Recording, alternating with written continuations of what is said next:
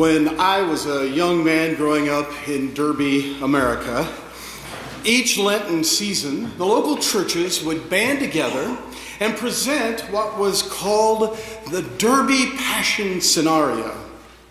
Each of the participating churches would produce one of the scenes from the last week of Christ's life. Families would pile in their cars and head off to the first church on the list, Pleasant View Baptist, where the triumphal entry was staged, complete with a real donkey and lots of neighborhood children waving palm fronds. Now, Pleasant View Baptist and the nearby Pentecostal church always got the triumphal entry because they shared a dirt side road, and it made for a very realistic setting for the scene. Just imagine the dust and the heat and the drama of the procession as the crowd would wave and cheer as Jesus entered Jerusalem on a real live donkey. And then you'd hop in your cars and you drive to the next church for the next scene.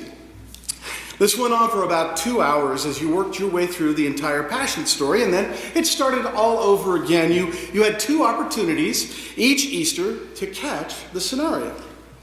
Now, since we had been members at 3 Derby churches while I grew up, I'm most familiar with those parts of the Passion scenario.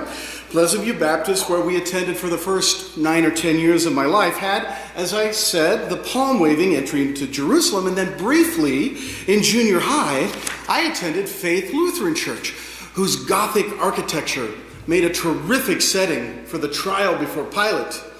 Now, each church had an outdoor sound system, and there was dramatic music and powerful narration while the church members acted out their parts. I distinctly remember wearing my Roman centurion garb.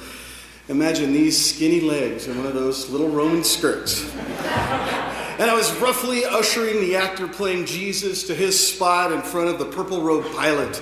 And I recall that actor standing there, dejected and droop-shouldered until that final proclamation, "I wash my hands of this affair." And then I and my fellow Roman soldiers grabbed Jesus and we walked off. And everybody piled in their cars and went to the next church for the next scene.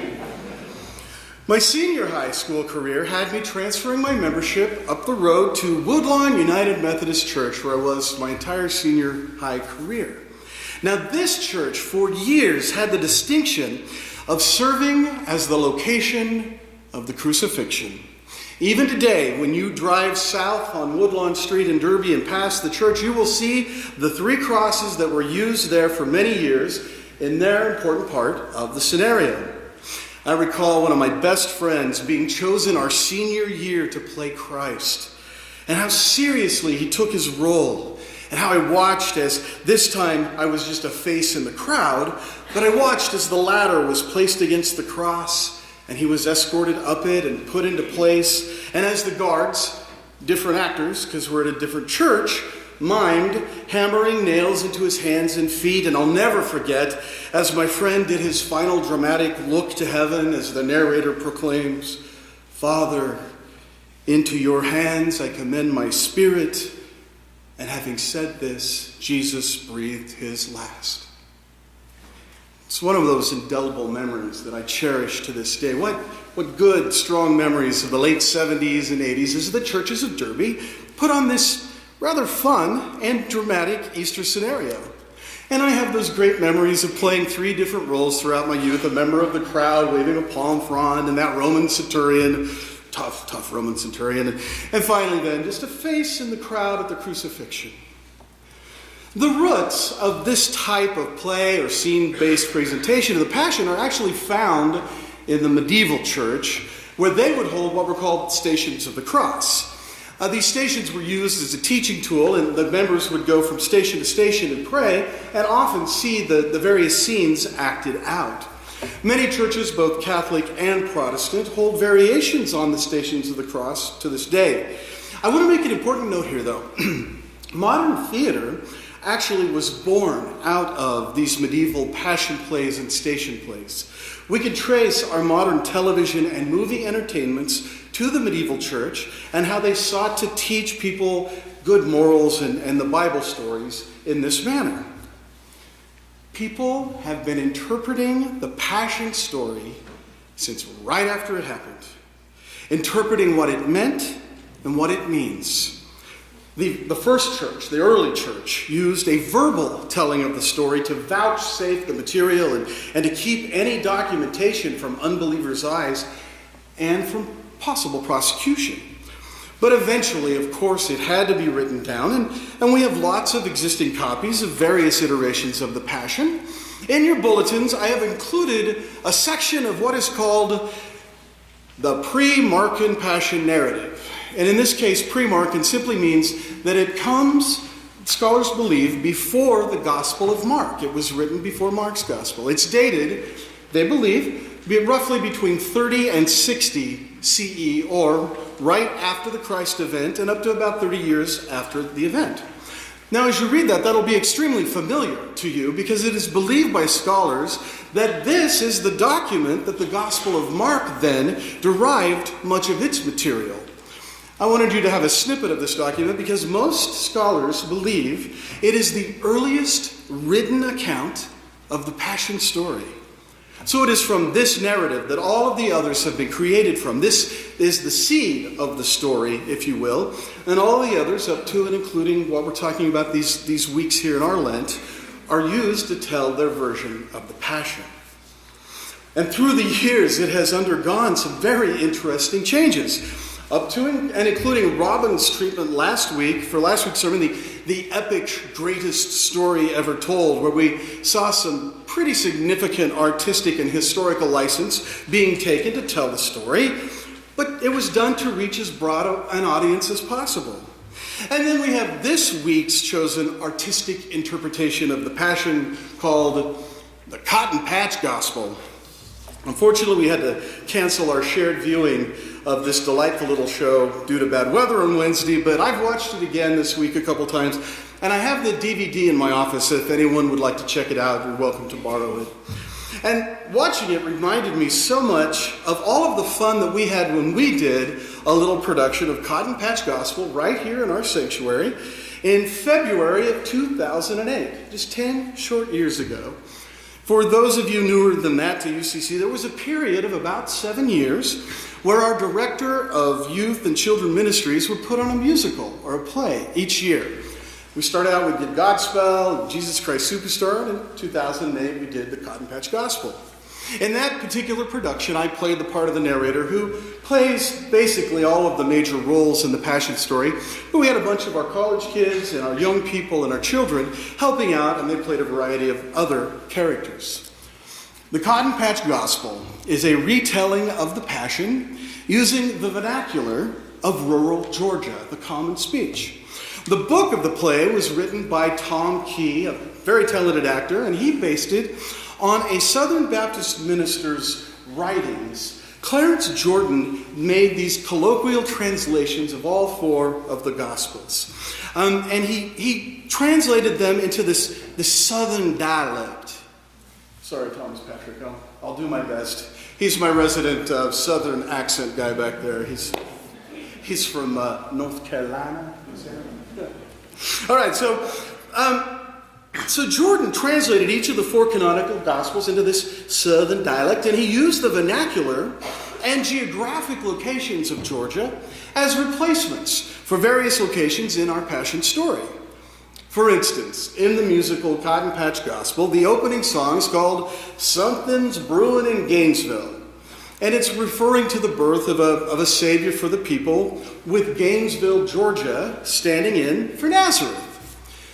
The governor of Georgia is called Governor Herod, and Mary and Joe Davidson have this baby Jesus, the last name Davidson being used to show Jesus' direct lineage to King David.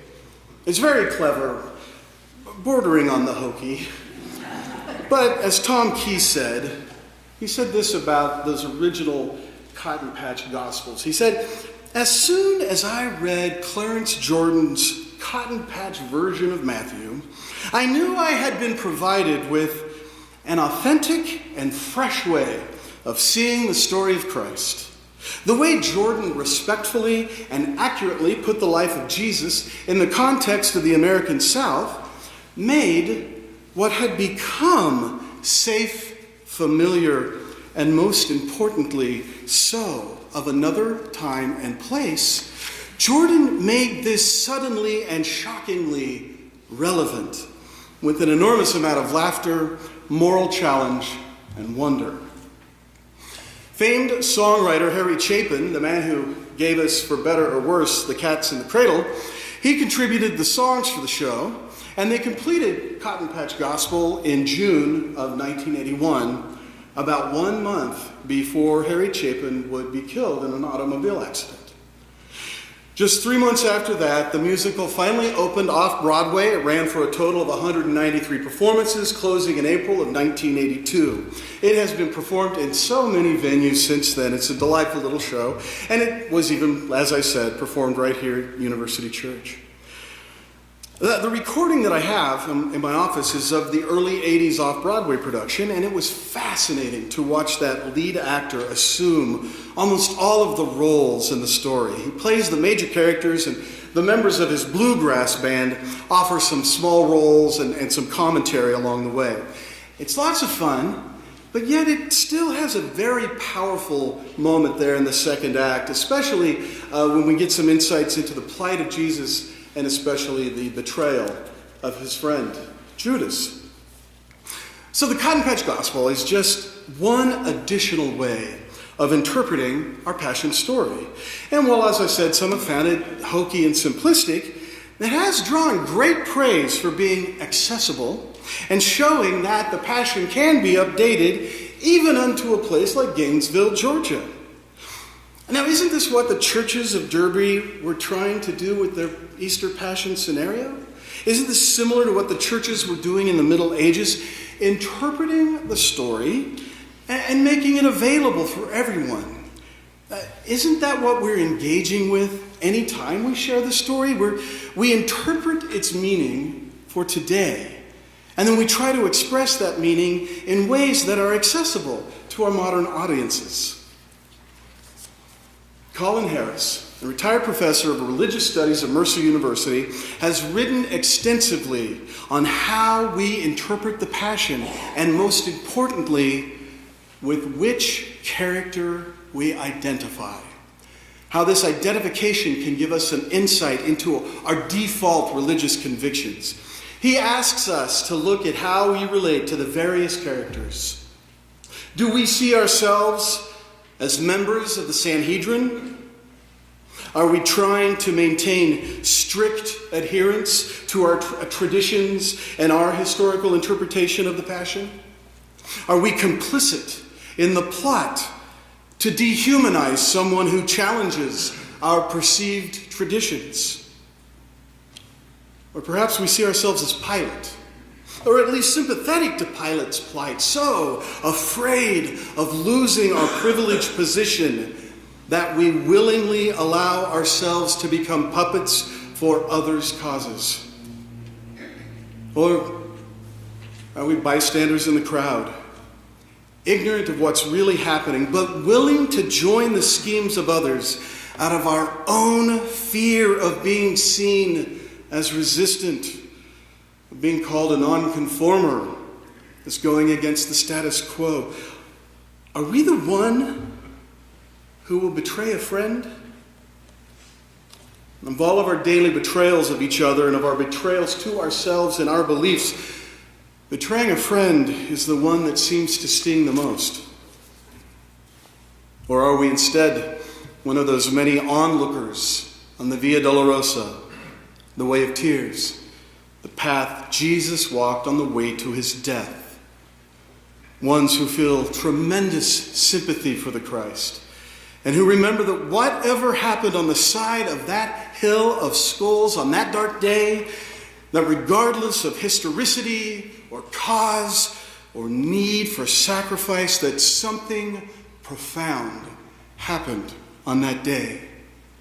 Something that echoes down the century, 2,000 years to this very moment, something life-changing, something world-changing occurred.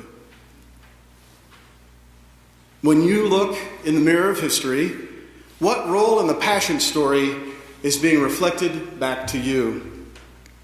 Our beloved Gary Cox wrote in his very last sermon about the importance of the Bible and the gospel stories because they show us reflections of ourselves, our shared humanity, echoing throughout the centuries to remind us that whether we admit it or not, and whether we like it or not, we're part of the story.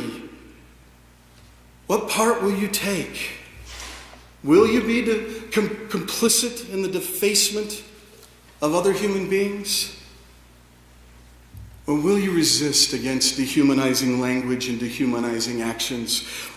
Are you just a bystander, not really committed to either side, but witnessing the drama unfold around you as you retell the story or enjoy others' retellings and reinterpretations of it, whether sublime as in the greatest story ever told or somewhat silly and hokey as in the Cotton Patch Gospel? When you reflect on the story, think about how it has changed you through the years. But more importantly, how will it change you tomorrow? What character are you willing to identify with and say, that's me. I'm the one who crucified the outsider. That's me. I'm the one who shared a final meal with a condemned person. I'm the one who collected a dead body and saw to its proper burial. I'm the face in the crowd who failed to resist the debasement of someone who is different from me. I'm the one at the trial who demanded that the law be satisfied. I'm the one who wept as he passed by, heading to his place in history. I'm the one who fails to speak up when justice is denied, when justice is delayed, when justice is conditional, like selling your soul for a bag of silver. Is it I?